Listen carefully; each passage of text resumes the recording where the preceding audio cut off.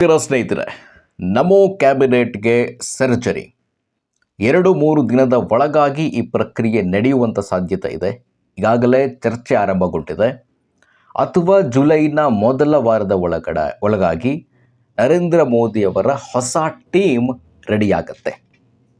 ಇವತ್ತಿನ ಈ ಸಂಚಿಕೆಯಲ್ಲಿ ಯಾವ್ಯಾವ ಹೊಸ ಮುಖಗಳಿಗೆ ಮಣೆ ಹಾಕ್ತಾರೆ, ಜೊತೆಗೆ ಈಗಿನ ಪ್ರಸ್ತುತ ಕ್ಯಾಬಿನೆಟ್ನಲ್ಲಿ ಬಹುತೇಕ ಸಚಿವರಿಗೆ ಕೈ ಬಿಡುವಂಥ ಸಾಧ್ಯತೆ ಇದೆ, ಜೊತೆಗೆ ಅವರ ಖಾತೆಗಳನ್ನು ಸಹ ಬದಲಾಯಿಸುವಂಥ ಸಾಧ್ಯತೆ ಇದೆ ಅಂತ ಹೇಳಿ ಸುದ್ದಿಗಳು ಬರುತ್ತಾ ಇದೆ. ಅವರು ಯಾರ್ಯಾರು ನೋಡಿ, ನರೇಂದ್ರ ಮೋದಿ ಮತ್ತು ಅಮಿತ್ ಶಾ, ನಿತಿನ್ ನವೀನ್ ರವರ ಮುಂದೆ ಇರುವಂತಹ ಮೊದಲ ಕ್ರೈಟೀರಿಯಾ 27-28ರಲ್ಲಿ ಬರ್ತಾ ಇರುವ ರಾಜ್ಯಗಳ ಚುನಾವಣೆಗಳನ್ನು ಗಮನದಲ್ಲಿಡುವಂಥದ್ದು. ಅದರ ಆಧಾರದ ಮೇಲೆ ಆ ರಾಜ್ಯದ ಸಂಸದರಿಗೆ ಮೊದಲಿಗೆ ಮಣೆ ಹಾಕುವಂಥದ್ದು. ಗುಜರಾತ್, ಪಂಜಾಬ್, ಉತ್ತರ ಪ್ರದೇಶ, ಉತ್ತರಾಖಂಡ್, 28ರಲ್ಲಿ ಕರ್ನಾಟಕ, ಈ ರಾಜ್ಯಗಳು ಚುನಾವಣೆಯನ್ನು ಎದುರಿಸ್ತಾ ಇದೆ. ಈ ರಾಜ್ಯದ ಸಂಸದರಿಗೆ ಆದ್ಯತೆಯನ್ನು ನೀಡುವಂತಹ ಸಾಧ್ಯತೆಗಳು ಹೆಚ್ಚಿದೆ. ಇನ್ನು ಯುವ ಶಕ್ತಿಗೆ ಮಣೆ ಹಾಕುವಂಥ ಸಾಧ್ಯತೆ ಇದೆ. ಯುವಕರಿಗೆ ಅತಿ ಹೆಚ್ಚು ಆದ್ಯತೆಯನ್ನು ಸಂಪುಟದಲ್ಲೂ ಸಹ ಕೊಡುವಂಥ ಸಾಧ್ಯತೆ ಇದೆ. ಮೊದಲನೇದಾಗಿ ಪ್ರಸ್ತುತ ಕ್ಯಾಬಿನೆಟ್ನಿಂದ ಯಾರನ್ನೆಲ್ಲ ಕೈ ಬಿಡುವಂತಹ ಮಾತುಗಳು, ಚರ್ಚೆಗಳು ಆರಂಭವಾಗಿದೆ ಅನ್ನೋದ್ರ ಬಗ್ಗೆ ಚರ್ಚೆ ಮಾಡೋಣ. ಸದ್ಯ ನಿರ್ಮಲಾ ಸೀತಾರಾಮನ್ ಪ್ರಸ್ತುತ ಹಣಕಾಸು ಸಚಿವರಾಗಿದ್ದಾರೆ. ಇವರ ಖಾತೆಯನ್ನು ಬದಲಾಯಿಸುವಂಥ ಸಾಧ್ಯತೆ ಹೆಚ್ಚಿನ ಪ್ರಮಾಣದಲ್ಲಿ ಇದೆ ಅಂತ ಹೇಳಿ ಕೆಲವರು ಹೇಳ್ತಾ ಇದ್ದಾರೆ. ಇಲ್ಲ, ಅವರನ್ನು ಸಂಪುಟದಿಂದನೇ ಕೈ ಬಿಡುವಂಥ ಸಾಧ್ಯತೆ ಇದೆ ಅಂತ ಹೇಳಿ ಕೂಡ ಸುದ್ದಿಗಳು ಬರ್ತಾ ಇದೆ.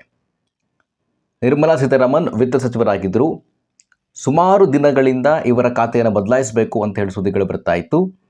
ವಿತ್ತ ಸಚಿವ ನಿರ್ಮಲಾ ಸೀತಾರಾಮನ್ರನ್ನು ಕೈ ಬಿಡುವಂಥ ಸಾಧ್ಯತೆ ಇದೆ, ಇಲ್ಲಾಂದರೆ ಅವರ ಖಾತೆಯನ್ನು ಬದಲಾಯಿಸ್ತಾರೆ. ಅವರ ಜಾಗಕ್ಕೆ ಶಕ್ತಿಕಾಂತ್ ದಾಸ್ ಅರ್ಬೇಗೌಡರಾಗಿದ್ದರು. ಅವರನ್ನು ಕರೆದುಕೊಂಡು ಬರುವಂತಹ ಚರ್ಚೆಗಳು ಸಹ ನಡೀತಾ ಇದೆಯಂತೆ. ಇನ್ನು ಎರಡನೇ ಹೆಸರು ಧರ್ಮೇಂದ್ರ ಪ್ರಧಾನ್ರನ್ನು ಬಹುತೇಕವಾಗಿ ಕೈ ಬಿಡುವಂಥ ಸಾಧ್ಯತೆ ಹೆಚ್ಚಿನ ಪ್ರಮಾಣದಲ್ಲಿದೆ.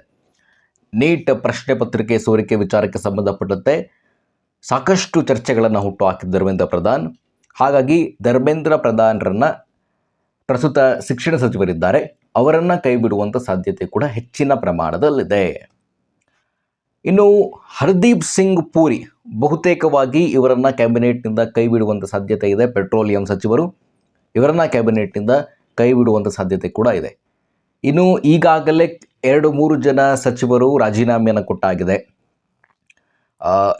ರಾಜ್ಯಸಭಾ ಅವಧಿ ಮುಗಿದ ಕೂಡಲೇ ಅವರಿಗೆ ಮತ್ತೊಮ್ಮೆ ಆಯ್ಕೆ ಮಾಡಲಿಲ್ಲ ಬಿಜೆಪಿ. ಹಾಗಾಗಿ ಅವರ ಅವಧಿ ಮುಗಿದ ಕೂಡಲೇ ರಾಷ್ಟ್ರಪತಿಗಳು ರಾಜೀನಾಮೆಯನ್ನು ಅಂಗೀಕಾರ ಮಾಡಿದ್ದಾರೆ 2-3 ಸಚಿವರು. ಹಾಗಾಗಿ ಈ ಕ್ಯಾಬಿನೆಟ್ ಎಕ್ಸ್ಪೆನ್ಷನ್ನಲ್ಲಿ ಹೊಸ ಮುಖಗಳಿಗೆ ಅವಕಾಶ ಕೊಡುವಂಥ ಸಾಧ್ಯತೆ ಇದೆ.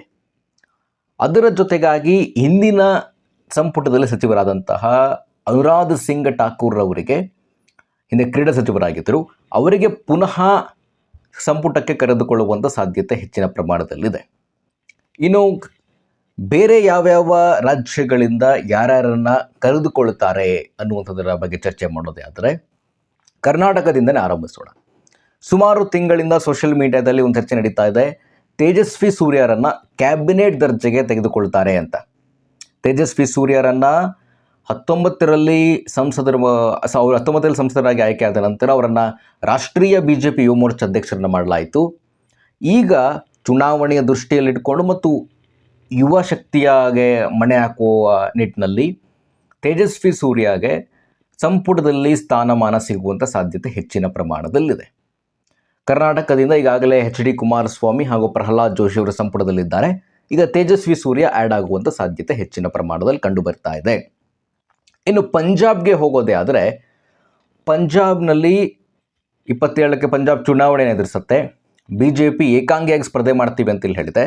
ಹಾಗಾಗಿ ಪಂಜಾಬ್ನಿಂದ ರಾಘವ್ ಚಡ್ಡಾ ಬಹುತೇಕವಾಗಿ ನರೇಂದ್ರ ಮೋದಿಯವರ ಸಂಪುಟಕ್ಕೆ ಹೋಗ್ತಾರಾ ಅಥವಾ ರಾಜ್ಯ ಸಚಿವರಾಗ್ತಾರಾ ಅನ್ನೋದ್ರ ಬಗ್ಗೆ ಅಷ್ಟೇ ಕ್ವಶನ್ ಮಾರ್ಕ್ ಇರುವಂಥದ್ದು. ಬಹುತೇಕ ರಾಘವ್ ಚಡ್ಡಾರಿಗೆ ಕೇಂದ್ರ ಸಚಿವರಾಗಿ ಮಾಡುವಂಥ ಪ್ರಯತ್ನ ನಡೆಯುತ್ತೆ. ಅವರ ಒಟ್ಟಾರೆ 7 ಜನ ಸಂಸದರನ್ನು ಕರೆದುಕೊಂಡು ಬಂದಿದ್ದು ರಾಘವ್ ಚಡ್ಡಾ ಪಂಜಾಬ್ನಿಂದ ಕೇಂದ್ರ ಸಚಿವರಾಗುವಂಥ ಸಾಧ್ಯತೆ ಹೆಚ್ಚಿನ ಪ್ರಮಾಣದಲ್ಲಿದೆ. ಇನ್ನು ಗುಜರಾತ್, ಉತ್ತರ ಪ್ರದೇಶ ಈ ರಾಜ್ಯಗಳ ಸಂಸದರಿಗೂ ಕೂಡ ಮಣೆಯನ್ನು ಹಾಕುವಂಥ ಸಾಧ್ಯತೆ ಹೆಚ್ಚಿನ ಪ್ರಮಾಣದಲ್ಲಿದೆ. ಉತ್ತರ ಪ್ರದೇಶದಲ್ಲಿ ಈಗಾಗಲೇ ಹೊಸ ರಾಜ್ಯಾಧ್ಯಕ್ಷರು, ಉಪಾಧ್ಯಕ್ಷರನ್ನೆಲ್ಲರನ್ನೂ ಕೂಡ ಬದಲಾಯಿಸಾಗಿದೆ, ಚೇಂಜ್ ಮಾಡಾಗಿದೆ BJP. ಹೊಸ ಟೀಮನ್ನು ಉತ್ತರ ಪ್ರದೇಶದಲ್ಲಿ BJP ರೆಡಿ ಮಾಡಿದೆ. ಹಾಗಾಗಿ ಉತ್ತರ ಪ್ರದೇಶದಿಂದ ಹಲವು ಸಂಸದರನ್ನು ಕ್ಯಾಬಿನೆಟ್ ಮತ್ತು ರಾಜ್ಯ ಸಚಿವರನ್ನಾಗಿ ಆಯ್ಕೆ ಮಾಡುವಂಥ ಸಾಧ್ಯತೆ ಇದೆ. ಇನ್ನು ಮಹಾರಾಷ್ಟ್ರದ ವಿಚಾರಕ್ಕೆ ಬರೋದೇ ಆದರೆ ಏಕನಾಥ್ ಶಿಂದೆರವರ ಪುತ್ರನಿಗೂ ಕೂಡ ಕ್ಯಾಬಿನೆಟ್ನಲ್ಲಿ ಅವಕಾಶ ಕೊಡ್ತಾರೆ ಅನ್ನುವಂಥ ಮಾತುಗಳು ಕೂಡ ಕೇಳಿ ಬರ್ತಾ ಇದೆ. ಕ್ಯಾಬಿನೆಟ್ನಲ್ಲಿ ಕೊಡ್ತಾರೋ ಅಥವಾ ರಾಜ್ಯ ಸಚಿವರನ್ನಾಗಿ ಮಾಡ್ತಾರೋ ಗೊತ್ತಿಲ್ಲ. ಒಟ್ಟು 30 ಜನ ಕ್ಯಾಬಿನೆಟ್ನಲ್ಲಿರುವಂಥದ್ದು. ಇನ್ನು ಉಳಿದ 36 ರಾಜ್ಯ ಸಚಿವರು, ಸ್ಟೇಟ್ ಮಿನಿಸ್ಟರ್ ಆಗಿರ್ತಾರೆ. ಜೊತೆಗೆ ಮಹಾರಾಷ್ಟ್ರದಲ್ಲಿ NCPಯನ್ನು ಒಡೆಯುವಂತಹ ಪ್ಲ್ಯಾನಲ್ಲೂ ಕೂಡ BJP ಇದೆ. ಜೊತೆಗೆ ಈಗಾಗಲೇ ಶಿವಸೇನೆಯವರ ಉದ್ಧವ್ ಠಾಕ್ರೆ ಬಣದ ಸಂಸ್ಥೆಯನ್ನು ಕರೆದುಕೊಂಡು ಬಂದಿದ್ದಾರೆ. ಅವರಲ್ಲಿ ಯಾರಿಗಾದ್ರೂ ಒಬ್ರಿಗೂ ರಾಜ್ಯ ಸಚಿವರ ಸ್ಥಾನವನ್ನು ಕೊಡುವಂಥ ಸಾಧ್ಯತೆ ಇದೆ. ಇನ್ನು ತೃಣಮೂಲ ಕಾಂಗ್ರೆಸ್ನಿಂದ 20 ಜನ ಸಂಸದರು ಬಂದಿದ್ದಾರೆ. ಅವರು ಕೂಡ NDA ಮೈತ್ರಿಕೂಟದ ಭಾಗ. ಅವರಿಗೂ ಕೂಡ ಮಣೆ ಹಾಕುವಂಥ ಸಾಧ್ಯತೆ ಇದೆ. ಈ ಸಾಧ್ಯತೆ ಇದೆ ಅಂಥೇಳಿ ಮಾತನಾಡೋದೇ ಆದರೆ ಎಲ್ಲರಿಗೂ ಕೊಡುವಂಥ ಸಾಧ್ಯತೆ ಇದೆ. ಬಟ್ ಯಾರಿಗೆ ಕೊಡ್ತಾರೆ ಅನ್ನೋದು ಕ್ವಶನ್ ಮಾರ್ಕ್. ನಾನು ಕರ್ನಾಟಕದ ವಿಚಾರದಲ್ಲಿ ಹೇಳಿದ್ರೆ ಮುಂಚೂಣಿಯಲ್ಲಿರುವಂಥ ಹೆಸರು ತೇಜಸ್ವಿ ಸೂರ್ಯ ಅವರದು. ಅವ್ರನ್ನ ಡೈರೆಕ್ಟಾಗಿ ಕ್ಯಾಬಿನೆಟ್ಗೆ ತೆಗೆದುಕೊಳ್ತಾರೆ ಅನ್ನುವಂಥ ಚರ್ಚೆ ಕೂಡ ಶುರುವಾಗಿದೆ. ನೋಡೋಣ ಯಾವ ರೀತಿಯಾದಂತಹ ಪ್ರಕ್ರಿಯೆಗೆ ಮುಂದಾಗುತ್ತೆ BJP ಅಂತ. BJP ಯಾವಾಗಲೂ ಕೂಡ ಸರ್ಪ್ರೈಸ್ ಲಿಸ್ಟನ್ನು, ಸರ್ಪ್ರೈಸ್ ಹೆಸರುಗಳನ್ನು ತೆಗೆದುಕೊಂಡು ಬಂದು ನಮ್ಮ ಮುಂದೆ ಇಡ್ತಾರೆ. ನಾವು ನಿತಿನ್ ನಬೀನ್ ರವರ ಆಯ್ಕೆ ವಿಚಾರದಿಂದ ಹಿಡ್ಕೊಂಡು ಬಂದು ನಮ್ಮ ಕರ್ನಾಟಕದಲ್ಲಿ ರಾಜ್ಯಸಭೆ ಮತ್ತು MLC ಚುನಾವಣೆಗೆ ಅಭ್ಯರ್ಥಿಗಳನ್ನು ಹಾಕಿದ್ರಿಂದಲೂ ಕೂಡ BJP ಸರ್ಪ್ರೈಸಿಂಗನ್ನೇ ಕೊಡ್ತಾರೆ. ಅವರು ಯಾವುದೇ ನಿರೀಕ್ಷೆ ಮಾಡಲಿಕ್ಕೆ ಸಾಧ್ಯ ಇಲ್ಲ BJPಯಿಂದ. ಈ ವಿಚಾರಕ್ಕೆ ಸಂಬಂಧಪಟ್ಟಂತೆ RSSನ ಜೊತೆಗೂ ಕೂಡ ಚರ್ಚೆ ಮಾಡುವಂಥ ಸಾಧ್ಯತೆ ಇದೆ ಅಂತಿಲ್ಲ. RSSನೊಂದಿಗೆ ಚರ್ಚೆ ಮಾಡಲೇಬೇಕು BJP.